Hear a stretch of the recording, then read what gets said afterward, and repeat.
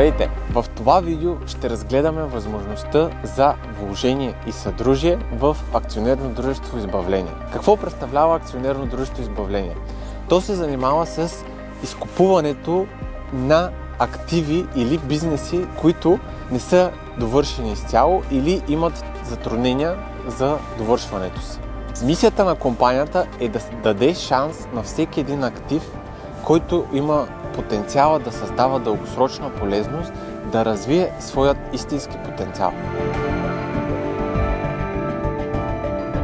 Ако разделим реализирането на една бизнес идея или бизнес начинание на 4 стъпки, първата стъпка би било идеята, създаването на идеята за дадения бизнес. Втората стъпка би било реализацията, дейност по реализирането на дадената идея. Третата стъпка, реализирали сме идеята, която сме имали, и тя вече генерира постъпления.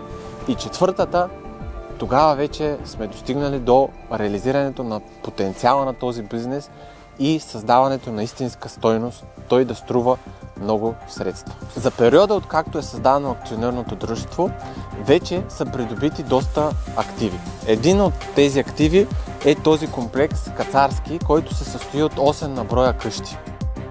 В момента Избавление трябва да довърши самият комплекс и самият комплекс ще започне веднага да генерира постъпления. Генерирайки постъпления в определен период от време, той ще мине вече на ниво стойност и вече ще струва много повече средства, тъй като в момента е блокиран до определено ниво, но Избавление го взима на това ниво, в което е на реализация, довършва го изцяло и го докарва до постъпления и стойност. Избавление има придобити дялове от исторически парк, има придобити дялове от акционерно дружество Факла, което притежава една от бензостанциите, която ще се изгради на територията на общината на Свободата. Има 50% от завод, който има активи за над 20 милиона. Придобива земи в общината на Свободата и имоти не само в общината. Също така дялове от множество други бизнеси, като например и строителен склад. Ако искате и вие да научите малко повече как може да станете съдружник в Избавление АД, можете да се свържете с нас.